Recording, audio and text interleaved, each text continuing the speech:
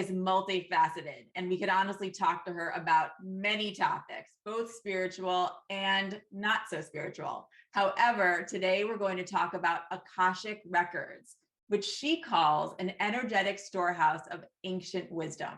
Okay, so Laura, let's talk about Akashic Records.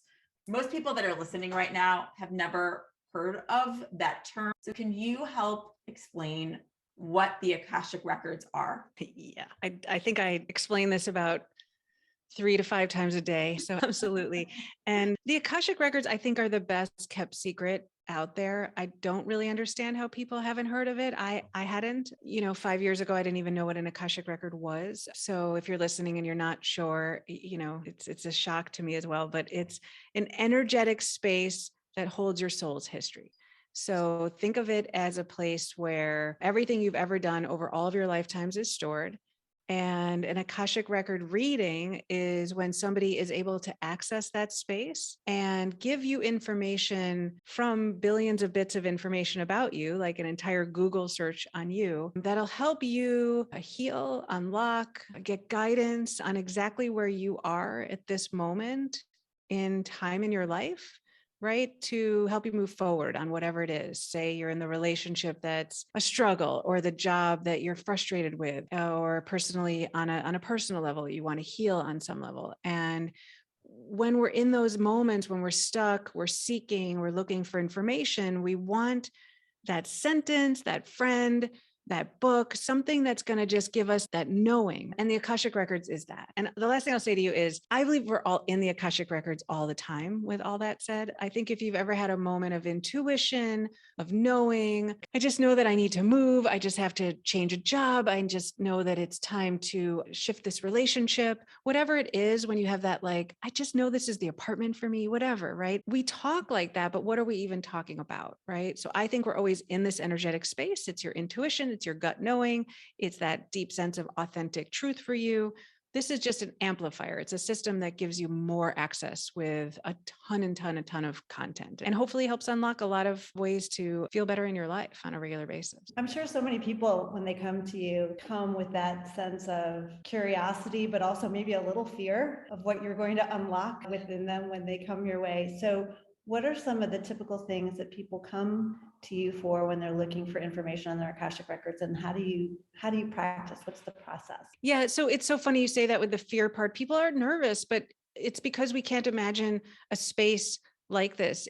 There's no judgment, there's no right or wrong, and there's just a ton of compassion. So it's never like people receive stuff that is like really upsetting to them, which is interesting. Even when it's harder information to hear, because it's so truthful to where they are, they feel really, really good. The process, though, is sort of, imagine a cell phone, right? We have a cell phone, and no matter what number you put into it, you'll get your different friends, right? But you use the same phone number. It's the same phone. An Akashic Record, I have a bunch of sentences that I read, and it's always the same sentences, just like the cell phone is always the same cell phone, but I plug in a different full name.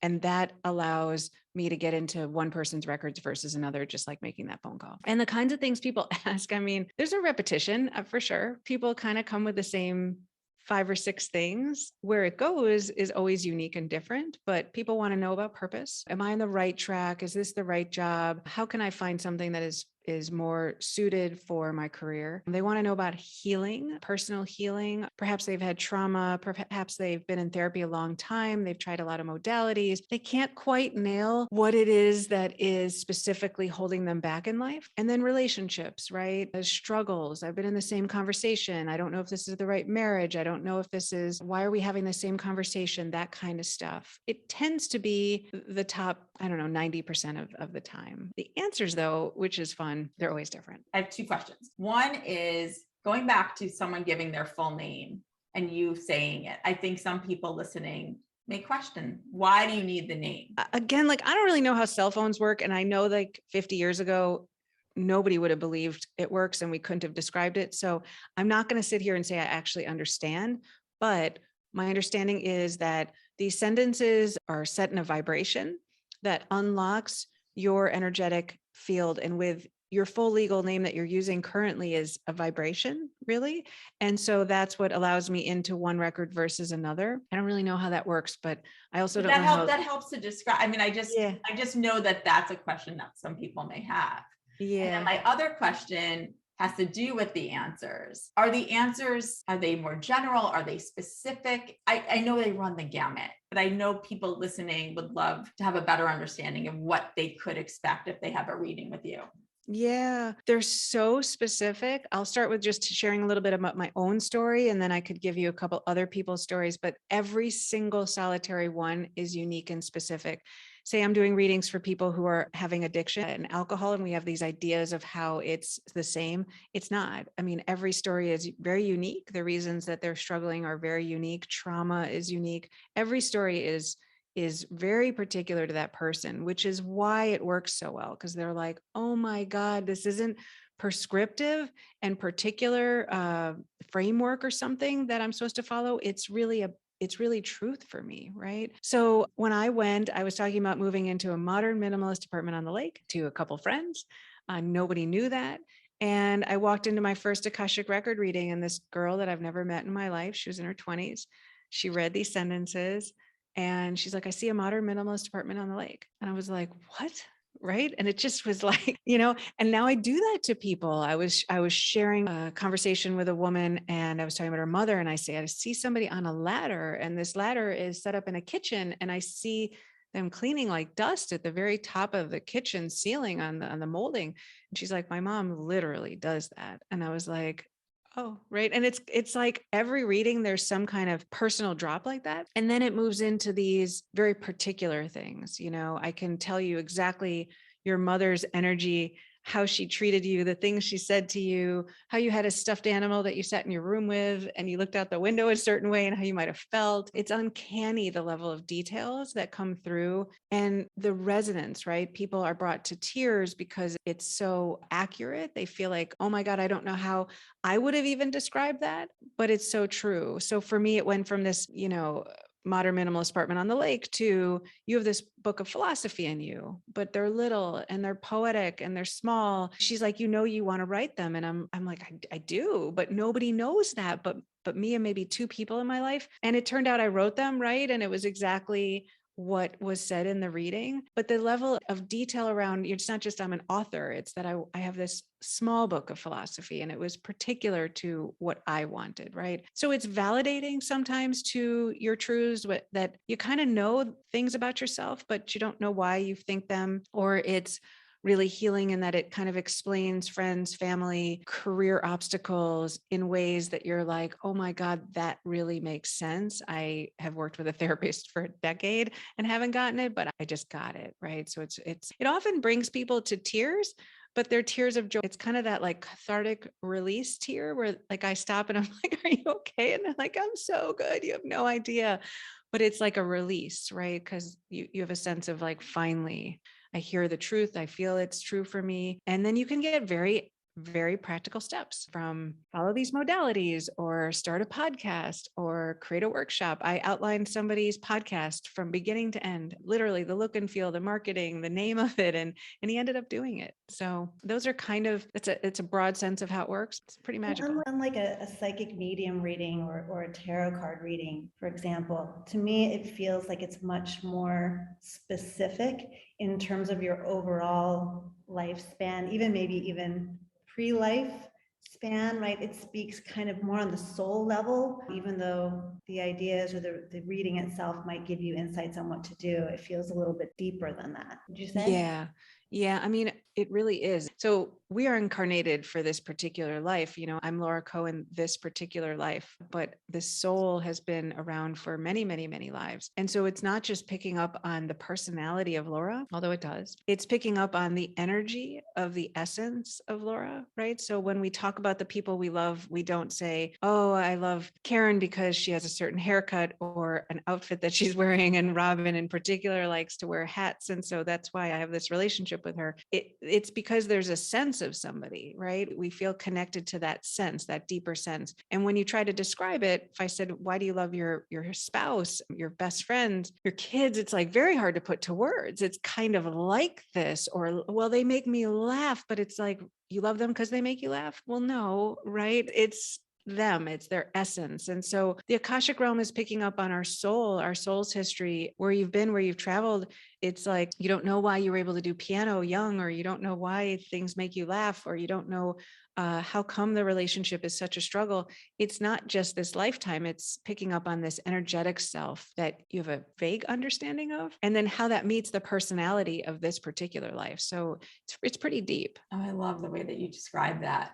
Can we Mm. talk about energy again for a sec? I love the way you put that with the cell phone and the frequency, and even our names having a frequency. And when we talk about the Akashic Realm, can you talk about what that energy in your belief is comprised of and what that feels like? And just to add to that, Laura, when you answer, do we have one single thread of energy that carries from one lifetime to the next that you're picking up on? Or is each iteration of our lifetimes, do we come up with a slightly different variation on that? I'll pick up on your question first, Karen, because Robyn's is so hard. But I got inspired when Robyn asked that, and I was like, oh, maybe that's the significance of it. And what you can feel and read in that energy is that you're picking up on this lifetime and where we are in our energy, but it's also extending maybe backwards and forwards. I don't know. I don't want to overcomplicate it, but you guys, I mean, this gets so deep and so complicated. And so just stop me if I jump off the cliff and you want to come back. But it's okay. So an Akashic record reading is picking up on what you need in this moment. Okay. We come here, we incarnate, and we forget, because we cannot know everything there is to know about all of our lifetimes and be embodied at the same time. We would have a complete breakdown. So we only receive what it is that's for our highest good in this moment. Right? If I was told, you're going to learn the Akashic Realm and you're going to become a practitioner and you're going to study it like 6 hours a day, and you're going to channel books, and I'd be like, oh my God, I'm having a nervous breakdown already. And it's going to work in these 20 ways. Also, we have free will. So while we get guidance on what we wrote before we came here, because the belief is before we come here, we decide what we want, we get to choose each step along the way, right? So the actual path is co-created with your embodied form and your energetic self, right? So your energetic self is kind of like the calling in the background going, Laura, don't forget to write those books, right? Like, you wanted to do that.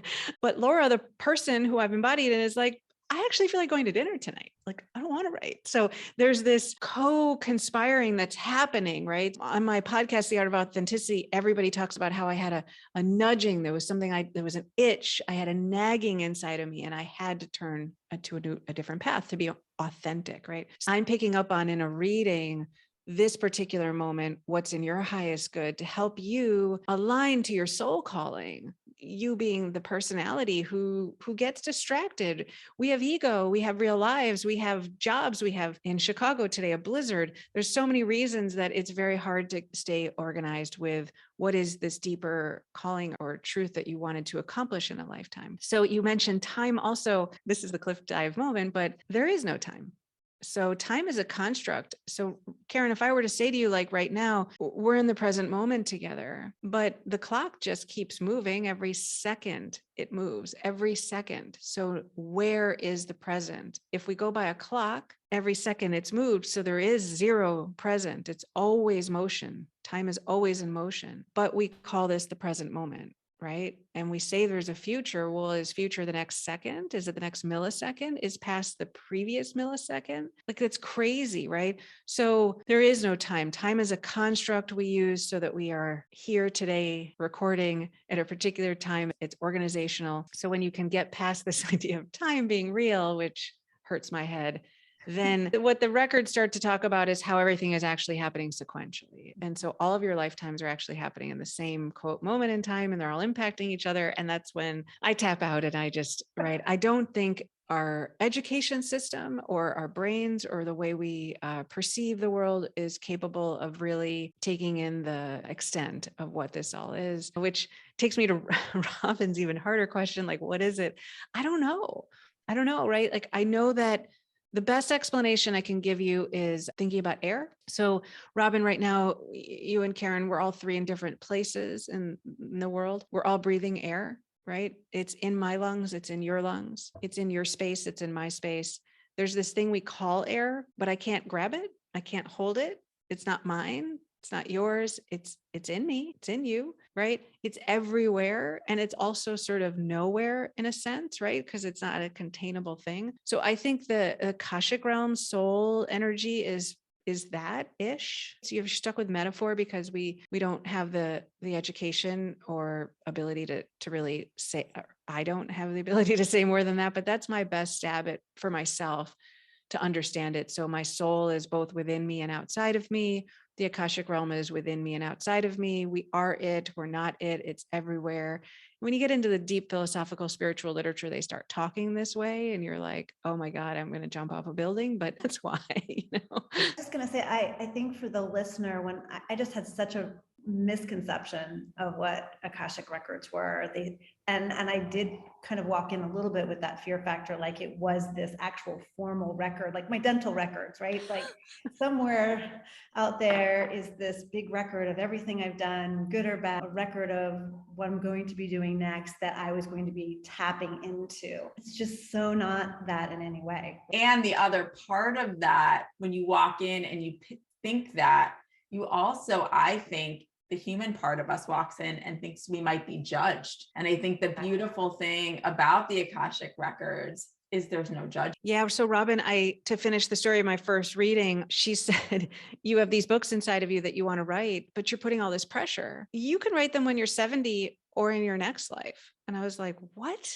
Right? Like, what are you talking about? Like, if I'm supposed to write this book, then I need to write it, but there's no getting it wrong. And it's like, the best way they've described it to me is if you have a flower and it's planted in the right space with the right soil and the right amount of sunlight and the right amount of water, it'll grow. And so it'd be a shame for it to not grow. Like, why not? So in certain lifetimes, we have everything we need to accomplish the thing that our soul journey really wants, right? So in this life, I have the education, the freedom, the space to write. And so why not complete this thing that I have a soul desire to do? But if you don't, you can do it in another life. I just might have to wait a few lives because I might be a slave in a camp somewhere where I'm just like, that's not an option. Or I might, not have the means to do it, or the personality. Like Laura Coe is willing to sit down, she will get it done. Like there's these qualities within this human manifestation that aligns well with things like that. As Gary Zukav would say, it's authentic embodiment. It's when your personality meets your soul, right? The essence of your soul. That's right. And when that happens, it's magic, right? I had this big fight with the idea of the Akashic Realm for 6 months, 9 months. And I was like, wait, because I was listening. I was like the student. I was like, okay, every day I'm going to get guidance. I'm going to go in my records and I'm going to listen, because every time I do, my life is just magical and exponentially better. And then I was like, wait, I'm Laura. I'm not a slave to this realm. Like, what the hell? Like, I'm a person. I matter. Like, I had this, like, who am I in this story? And then it hit me when I'm happiest, when I'm feeling best in my life, I'm listening to my truth, and I'm listening and I'm allowing that deepest truth, which is that Akashic Realm soul truth, guide me. But I also am not a slave to it, in that some days Laura just wants to sleep in and she wants to go hang out and have an extra martini, and that's okay too. And so the judgment, to your point, it's real. And we really, really, really are so afraid of being judged that we didn't accomplish what we needed to in this lifetime, in this month, or that the ways we're living our life should be something bigger, smaller. People ask about purpose all the time. And sometimes your purpose is to just clear karma in a lifetime. It's not to build a business. And it's like, that's great. Why do we have to have judgment over these ideas? And I just love that that's where you went. Even when we were having our session with you, it just gives you a different perspective. It's not like you're not achieving something that you came in here to do. There's all those opportunities. What is very special about your work is not only do you do these great readings for people, but you teach people how to do it for themselves. Can you just tell us a little bit about how do you work with people so that they too can do this work? Tell us a little more about Little Soul School, and as Karen was saying, how you teach people. I feel that it's so important because I know I'm not a mystic. I think there's this spiritual elitism out there that there's people who are tapped in and there's people who are not. And I really want to debunk that. If you've ever had a moment of awe, a moment of creative knowing, of flow, anything, you're in the records, right? And there's nobody on the planet that hasn't just had a moment of like, oh, I just got it.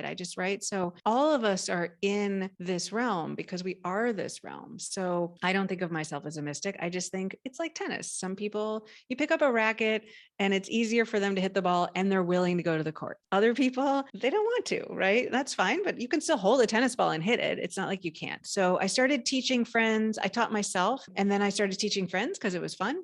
And then I started teaching more friends. And then I got asked to teach a men's group, which was like 40 dudes who are accountants and investment bankers, the least likely humans on the planet to learn the Akashic Realm. And they were sweating and it was so cute, but they all did it. And I've taught hundreds and hundreds and hundreds of people. You can go to the Little Soul School. I got tired of doing one-on-one. So I created a free class with videos at the Little Soul School. And it's free because I do believe everybody should have access. So it doesn't, to the tennis metaphor, it doesn't mean you're going to be good in an hour, but you can listen to the videos, you can have everything you need. You can decide if you want to keep practicing or work with me privately to kind of move it along or work with friends to do it like I did. I've lost track. It's hundreds and hundreds and hundreds of people at this point that I've taught and everybody's done it. And it's really important to me that this gets out there, that this is not for magical people, or also it's like meditation, that this is not a strange thing to be tapped into. I mean, it's just part of life. The Akashic Realm, the way we do it in those videos, it just puts an amplifier to what you're already doing on a day-to-day basis. Yeah, and we can attest that we've done it. We ourselves went and took the course and it was easy and fun. And then we blew our own minds. Yeah. But I'll say, we were, I think, really surprised at the messages that we were able to get. Both Karen and I are intuitives, and both of us, we also are somewhat mediums and so forth. This is a bit different. And we liked the structure of it, actually. And then the feeling and the messages that came through. It was extremely empowering. And I think what you show all of us is that we are all magical people. That's what you're also giving, as well as being an incredible translator. That's what I'll say too. Thank you. We're not all Laura, that's for sure. I may be able to read my messages or read Karen's and read Laura's, but I'm not Laura. The way that Laura is able to read the records for you is so special. Thank you. That's a gift. As you said, you're an extremely good tennis player when it comes to Akashic Records. It's so visual. That's what I loved about it. It was such a different type of experience because so much of it for you comes through in these visualizations or symbols, and that's never something that I've delved into or been like comfortable with on my own. But following the process, it's almost like a movie unfolds. Yes. And if you can do it with another person, it's incredible how you begin to play off each other and how this movie sort of becomes this bigger story that is so relevant. And so it's fun. It's not even one of those daunting things like, oh, I could never. Yeah, Karen, it's really important you said that, because I think that's the one thing that I should probably speak to more often. It is fun. Every time I train people, they come in and they're like privately nervous. They're going to be the one person that can't do it. And they're like, oh, it's going to be me. And I'm like, I promise it won't be. And then the second part is that they have so much fun. I can't get them out of the records. It's like going into a dream state. There is no time. You're lost in it. It's like a little tiny movie theater opens up that's just for you. And it feels amazing. I mean, it's like dreamy, but not like sleep dream. It's like a very deep meditation feeling combined with this really cool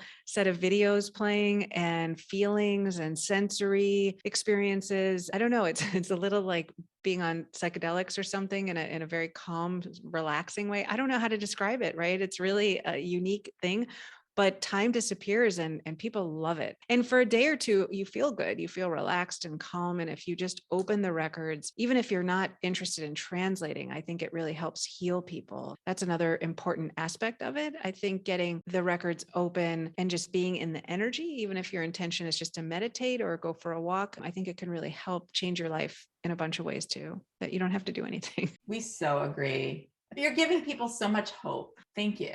Yeah. Thank you for sharing what's possible. and really bringing it down to a level that I think most people listening can understand and act on. Our hope is that you go check out Laura at littlesoul.school, and you can book a reading with Laura. You can learn more about the Akashic Records and read for yourself. And hopefully this is an opening for a new journey for those listening. Thank you. Thank you guys so much for this conversation, for having me on Seeking Center. It's so much fun. And for anybody out there that's interested, I think it's a beautiful way to experience, if nothing else, just energy. If you're ever wondering what it feels like to be in pure source energy, light energy, it's the quickest way to just get a little taste of that. And then you can know for yourself. There's knowing from reading books, but I think when we do it for ourselves, we can actually have a tangible experience, and that's a different knowing. Thank you.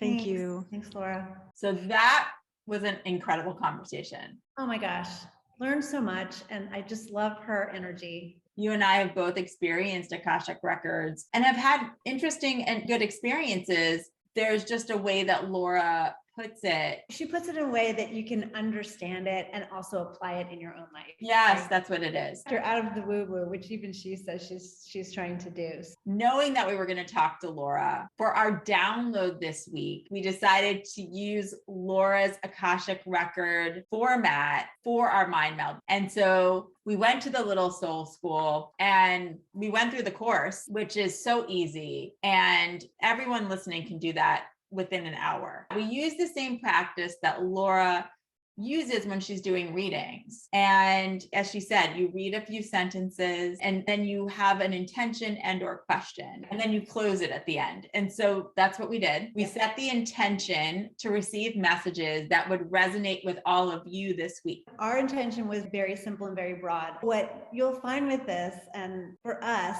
it's about what do you see? What is the image that comes to you, which was new to me. I usually write down everything that comes to me almost like as a message. In this case, there were actual images that came to both Robyn and I immediately. And as Robyn began to share, it was clear that we were very much seeing the same thing. And it was very Wizard of Oz related. What we ended up both receiving are these visuals and messages using Wizard of Oz as the analogy. And that makes so much sense because we think that most people listening right now have seen Wizard of Oz. And so of course that's going to resonate with everybody. And when it comes down to, and what we were able to distill, and we're going to go into some of these messages, but the idea is to be your own Dorothy, own your own power. As Glenda the Good Witch says, you've always had the power, my dear. You just had to learn it for yourself.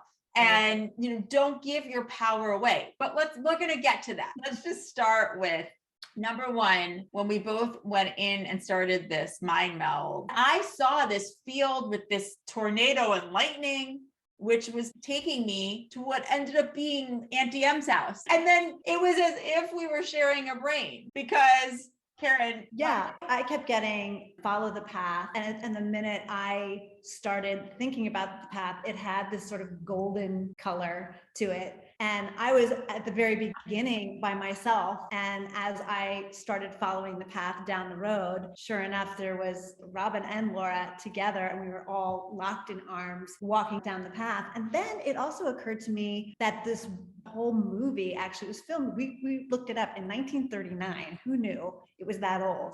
But we were blown away with this idea of the beginning of the movie starts in black and white. And it's all about the tornado that comes and Dorothy literally waking up in this beautiful land of color on the other side. And we thought, oh my gosh, how significant that it is for us to know that as we're following this path, as we're following this road, that is leading us quite literally out of this black and white. And we're ready for Technicolor to come into our lives. And the other part of it, which you talked about, which then I was on the yellow road too. So I could picture what Karen, we were picturing very much the same thing, linked arm in arms. And it also made us feel, for everybody listening, if you can find a buddy to walk down that yellow brick road with, find the buddy. And if you can't, we'll be your buddy. We are here. That is why we're doing what we're doing. So reach out to us. We'll be your buddy. We're on the yellow brick road with you, which we know for us is that when we get to Emerald City,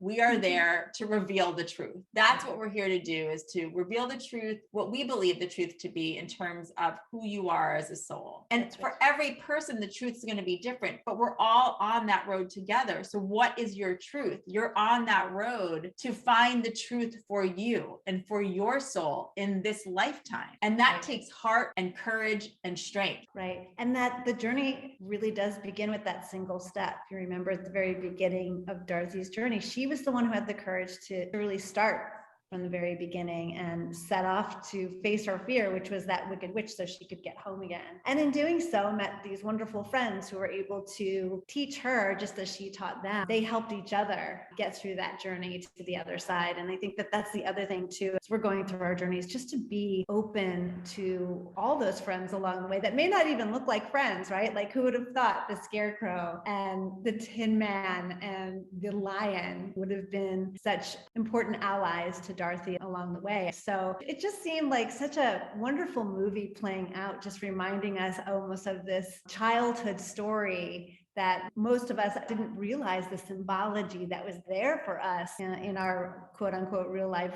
Totally. Right? And the other questions that it can bring up for those listening is, who's the wicked witch right now in your story? Are you in your own way? Or what do you feel is in your way? And how can you believe in your own power? How can you believe in yourself to overcome whatever it is, whatever you believe or see as the obstacle, the outside obstacle, or is it inside? And then Karen and I were talking about this. What are your ruby slippers? What makes you feel magical? Get back in touch with your own power to go down that road and find that truth. That's right. In the movie, the ruby slippers were the thing that Dorothy thought was protecting her all along. And it wasn't really protection at all. It was her power. And she didn't realize that because she wasn't looking at her own power and her own self. And I think that's right. Something we often forget is that we don't have to wear or be or pretend to have things that are giving us our power, that it is really all within us. We're hoping week over week through February to inspire you with really great things that you can do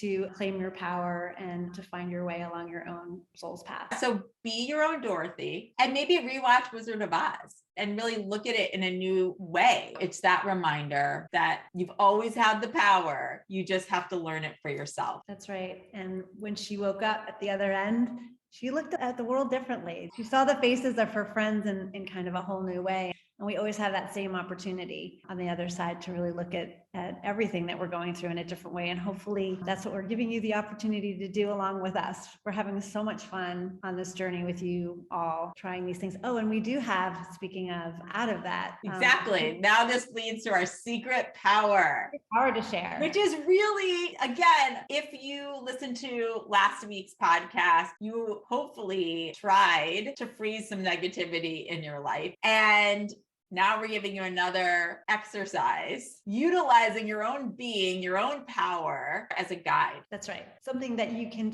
use to tune into your own intuition, your own North Star, your own GPS, however you want to look at it. We've tried it a couple of times, and it's almost a tongue-in-cheek kind of an exercise at first, where you may feel silly trying it, but we found it really works well in giving you really simple answers to questions that you ask. So Robyn, why don't you talk about how? Yeah, so it is the human pendulum exercise. We're naming it that. Whether it is or isn't, we're going to call it the human pendulum. And our friend Irina Kushan actually is the first person to suggest using our bodies as a pendulum, because both Karen and I have used actual pendulums, which is a discussion for another day. But it's another way of doing what we're going to talk about, but you can use an actual pendulum that has a stone on it to do this. We had never thought about using our own bodies until Irina suggested it. And so this is the exercise. Basically, you're going to stand up.